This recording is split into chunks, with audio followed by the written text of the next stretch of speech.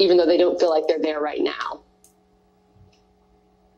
Thank you so much, Shannon. We've got that update coming from the White House soon, so we'll check back with you later. Thank you. And so we're going to move on to one of the things that this is affecting all of us. And one of the things that's affecting families the most is what happens when coronavirus comes into your house, or what do you do when you think coronavirus might have come into your house? NBC News' correspondent Kerry Sanders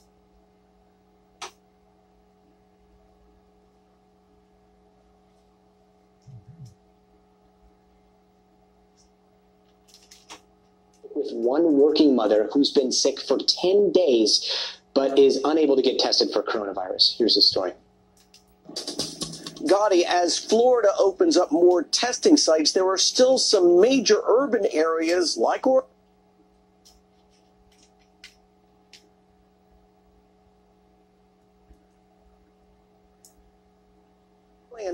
that do not have testing sites, which is leaving those who are sick questioning, do I have coronavirus? And if I do, am I dying? I started spiking the fever. I spoke to 44-year-old lawyer Demery Graham via the internet. I'm not prone to a whole lot of temperatures anyway. She's been sick for 10 days now. Unlike the usual flu, this time she's felt an intense pressure on her chest. Then that pressure turned into this searing pain, my lungs were on fire. The testing site near her house in Orlando is not yet up and running. Graham's doctor, who refused to see her in person, said self-isolate. She called the Florida Health Department. They asked, did she travel overseas? Had she been in contact with anyone who had tested positive for COVID-19? Did she take a cruise? In each case, she answered no. Those answers in Florida mean Graham doesn't qualify for a test. A catch-22. Her time spent now worried about her kids, 8-year-old Maddie and 9-year-old Mace, who visit through the window in the door. If this is the last I'm able to see them through a window, it absolutely breaks my heart. Aware of the growing death toll in the U.S. and overseas, Graham's been so worried she's written goodbye notes to Maddie and Mace, her little M&Ms as she calls them, telling them that I love them.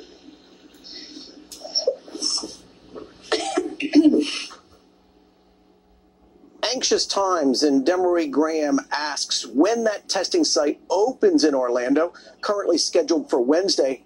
How will she get there? She's too sick to drive, and she doesn't want to ask her husband to drive her, fearing that she would make him sick. And, of course, her greatest fear is both of them getting sick, leaving their children if both of them were to die.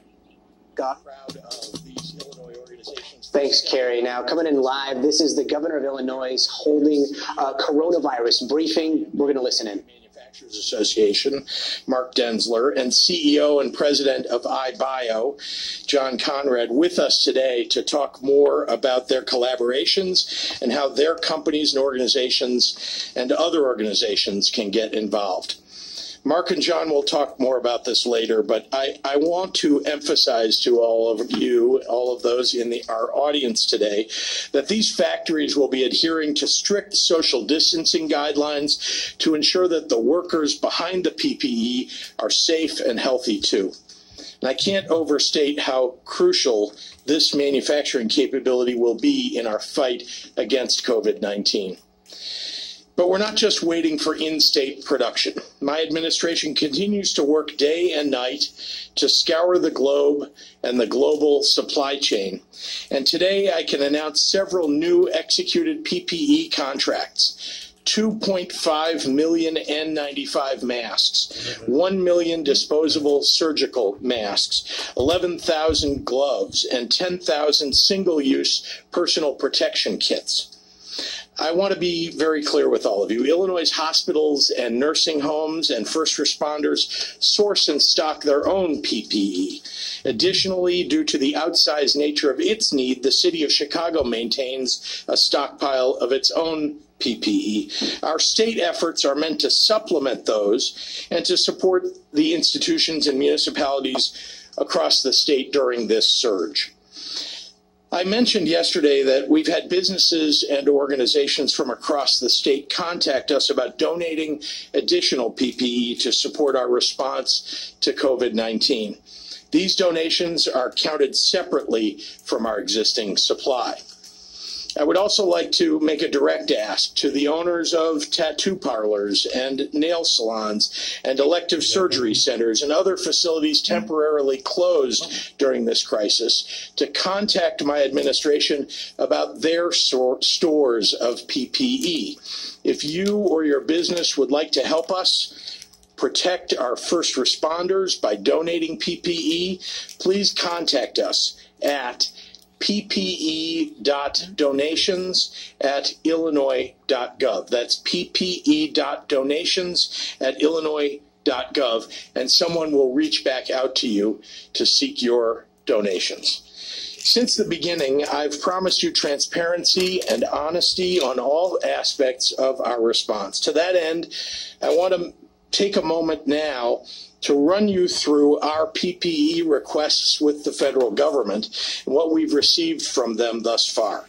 It's a long list of numbers, but I want to make sure that the public has all the information so that you can better understand where we're at and our efforts moving forward. The graphics next to me on my left also lay this information out and will continue to make this information available to you as we move forward. On March 6th, 3 days before we issued our disaster proclamation for the state, Illinois' version of a state of emergency, the state of Illinois proactively requested a shipment of personal protective equipment from the Strategic National Stockpile, the United States' largest reserve of pharmaceuticals and medical supplies housed under the Federal Department of Health and Human Services. The stated purpose of this supply is to support states as well as local. So it's snowing outside. Does this snow kill the virus?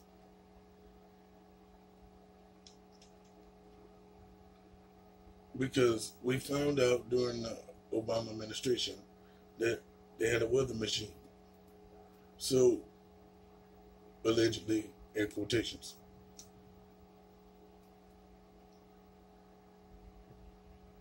Is this going to affect it or not?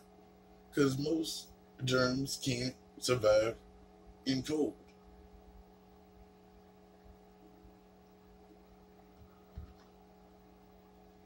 Now, people have lost their jobs. We discussed that in the last video. Now, if I'm laid off, because people get laid off when they downsize it and when the economy drops, right? So, but they still on payroll in a sense. People completely lost their job, meaning that they can't go back and get it. Or are they just laid off for a period of time? Is this temporary?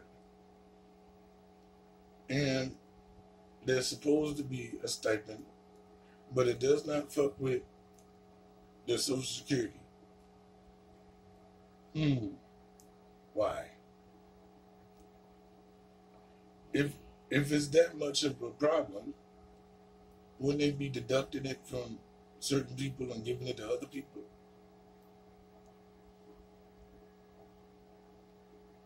No. Why not? Just like if the rich, they got a lot of money, they should tax them more during this time. Okay, the ones that can afford it. Yeah.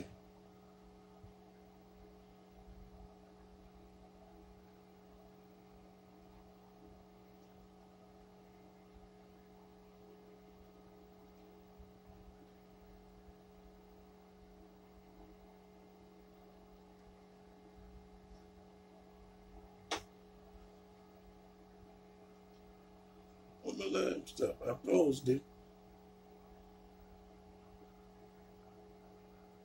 free? It must have did something.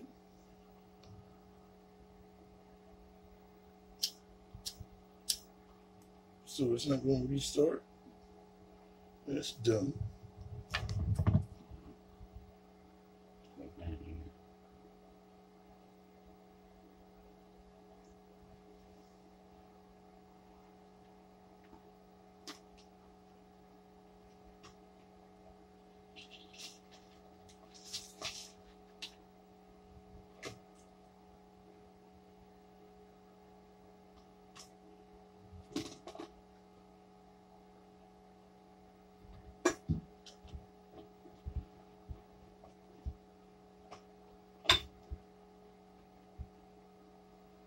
Somebody who is 64 with high blood pressure would generally, in general, be part of what CDC deems sort of a high-risk group, both by age and high blood pressure. We have seen high blood pressure, diabetes, obesity, along with other serious chronic health conditions in individuals who have disproportionately been hospitalized and have had severe infection. So, this is a group that is high risk.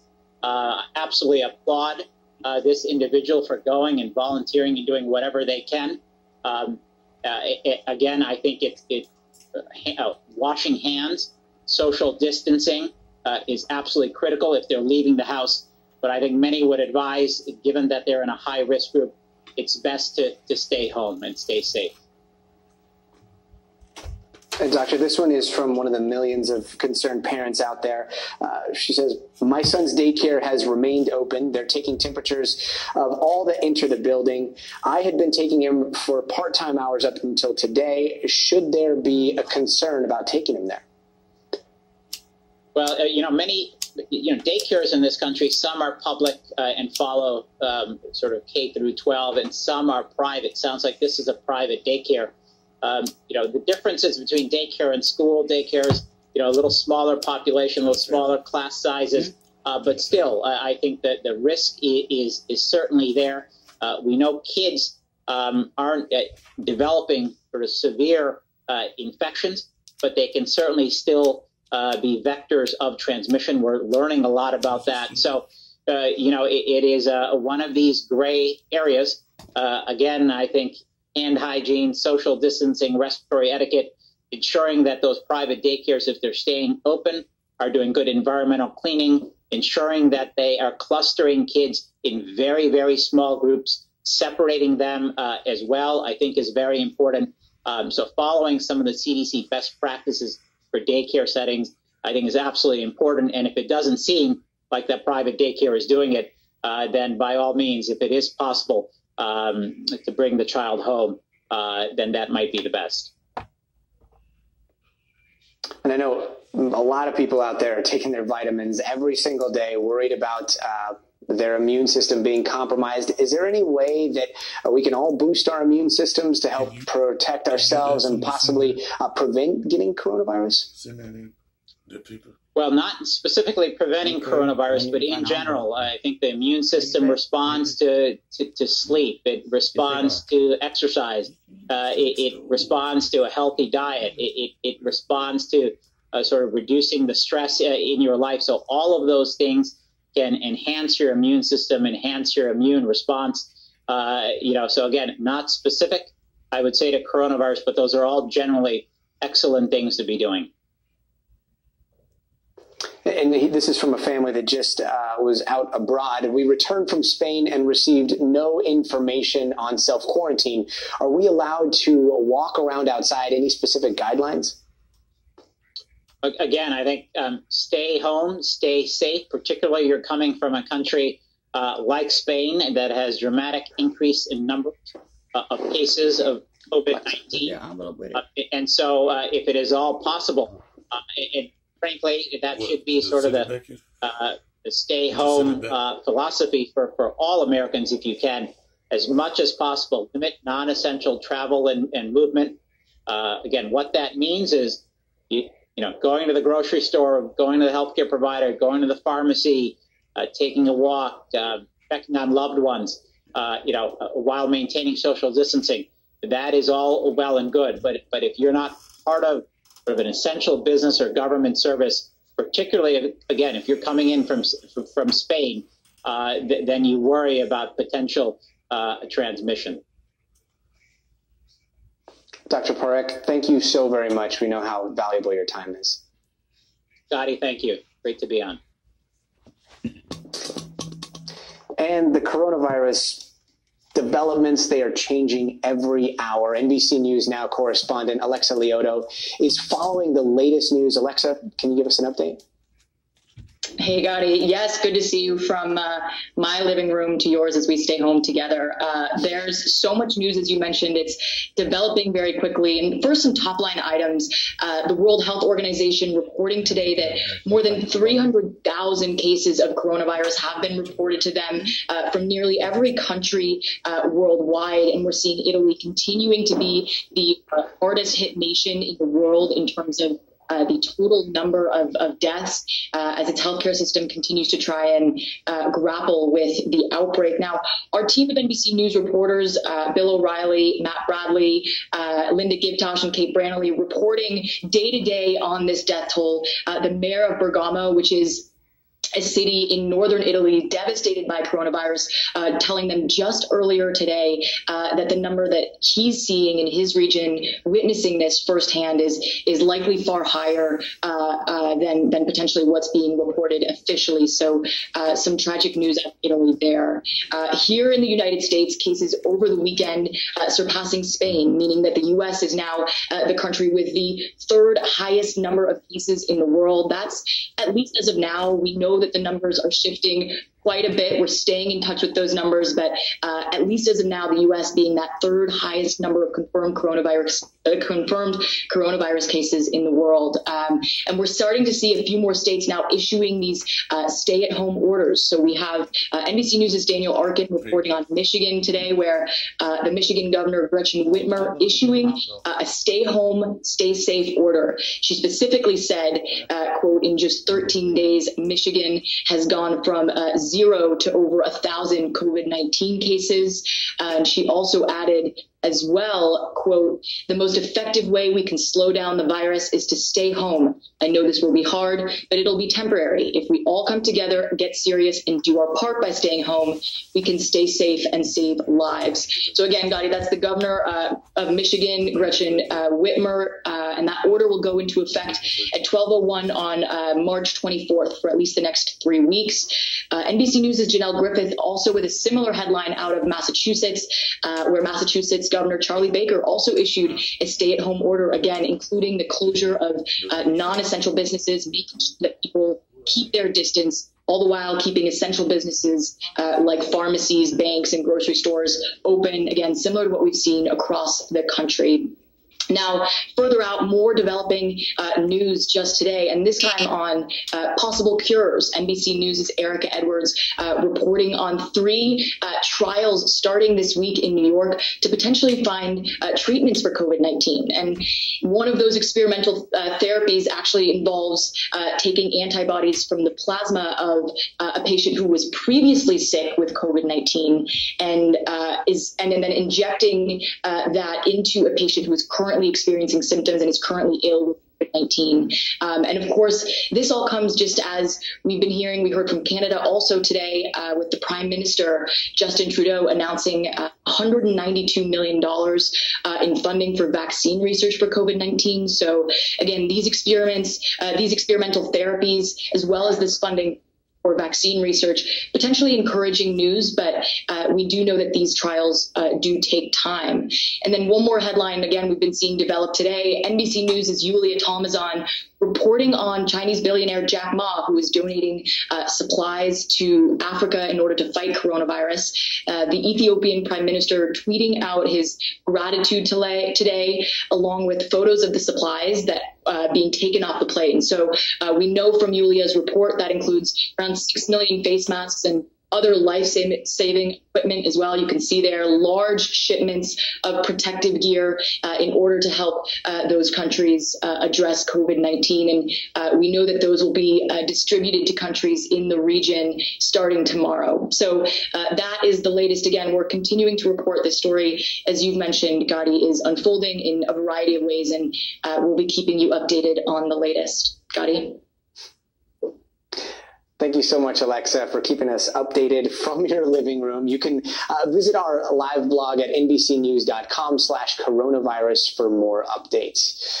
And we're going to turn to NBC News Now correspondent Dasha Burns to explain how the coronavirus snowballed into this global pandemic. Quarantine, state of emergency, shelter in place. The story of the coronavirus changes by the hour. So how exactly did we get here? Well, it all starts last December when some people in Wuhan, China, come down with an unusual form of pneumonia. China officially reports these cases to the World Health Organization on December 31st. And the next day, Wuhan shuts down a seafood market where experts suspect the virus originated. 1 week later, China deems that the mystery illness is a novel coronavirus.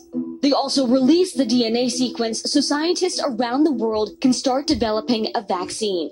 They report their first death on January 11th. Fast forward 2 days, coronavirus hits Thailand, the first transmission outside mainland China. In the coming days, Japan and South Korea also announced cases. 肯定有啊，因为你看我刚刚正好去买了口罩，然后我早上的时候是在我们家小区附近去买口罩，都已经买断了。 And on January 21st, the CDC reports the first U.S. case of coronavirus in Washington state. This is certainly not a moment for panic or high anxiety. It is a moment for vigilance. But back in China, the virus continues to grow. Wuhan goes into lockdown, and on January 23rd, they construct a major 1,000-bed hospital within 10 days, according to Chinese media.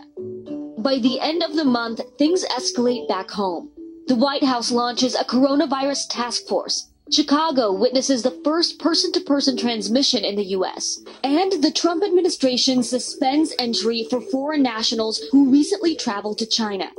This all brings us to February, when Japan announces an outbreak on the Diamond Princess cruise ship near the port of Yokohama. 3,700 passengers go into quarantine.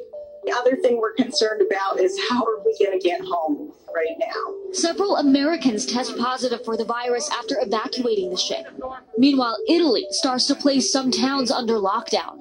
And on February 26th, the CDC reports a patient in California with no known travel history or exposure to the virus. This particular case could be the first possible instance of community transmission of COVID-19 in the United States.